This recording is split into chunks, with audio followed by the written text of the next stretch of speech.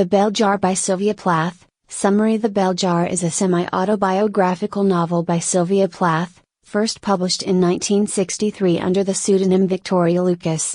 It follows Esther Greenwood, a young woman who struggles with mental illness and societal expectations, eventually experiencing a psychological breakdown. Through Esther's journey, Plath explores themes of identity, depression, the constraints of gender roles, and the search for meaning, providing a candid and poignant look at the challenges of navigating one's mental health in a conformist society. Plot summary. 1. Esther's life and ambitions. Esther Greenwood is an ambitious and talented 19-year-old who has won a scholarship to a prestigious women's college and a summer internship at a magazine in New York City.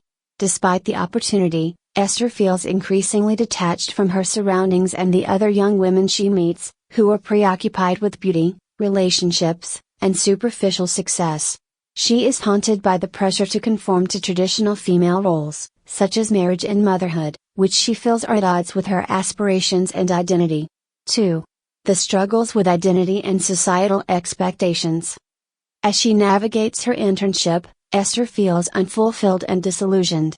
She is torn between her dreams of becoming a writer and the conventional path expected of her.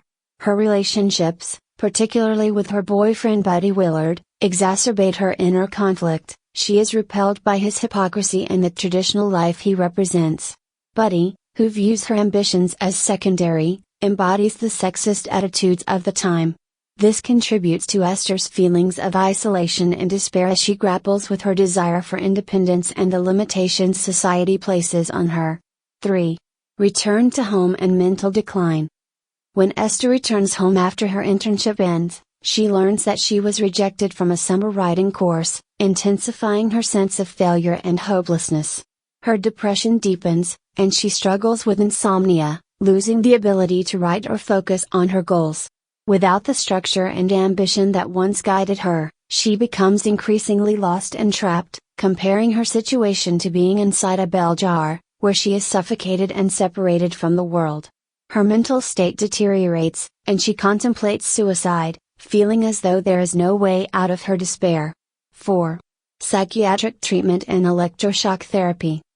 Esther's mother takes her to see a psychiatrist, Dr. Gordon, but the experience is traumatic and unhelpful.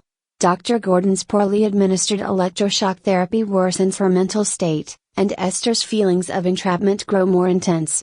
Plagued by suicidal thoughts, she makes several attempts to end her life, feeling trapped in a society that neither understands nor supports her. Eventually, she is found after an attempt to overdose and is admitted to a psychiatric hospital. 5. Recovery and the role of Dr. Nolan. In the hospital, Esther is placed under the care of Dr. Nolan, a compassionate female psychiatrist who provides her with the understanding and support she needs. With Dr. Nolan's guidance, Esther begins a gradual process of recovery, learning to confront her fears and break free from the oppressive bell jar of mental illness. Through carefully administered electroconvulsive therapy, which Dr. Nolan supervises, Esther experiences moments of clarity and renewal. She begins to reconnect with her identity and express her feelings, learning that her self-worth is not defined by societal expectations. 6. Esther's journey toward independence. As Esther progresses in her treatment, she learns that she has the ability to define her life on her own terms.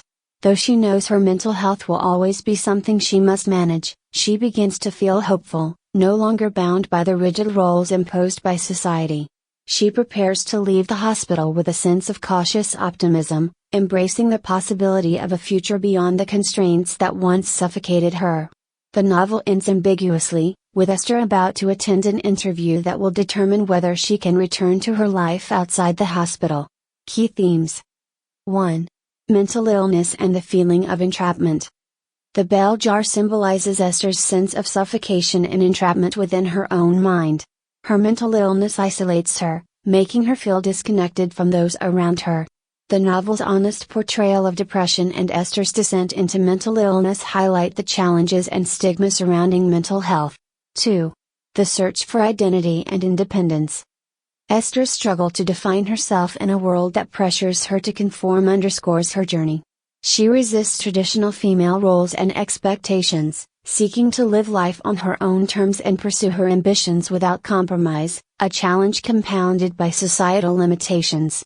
3. Gender roles and societal expectations.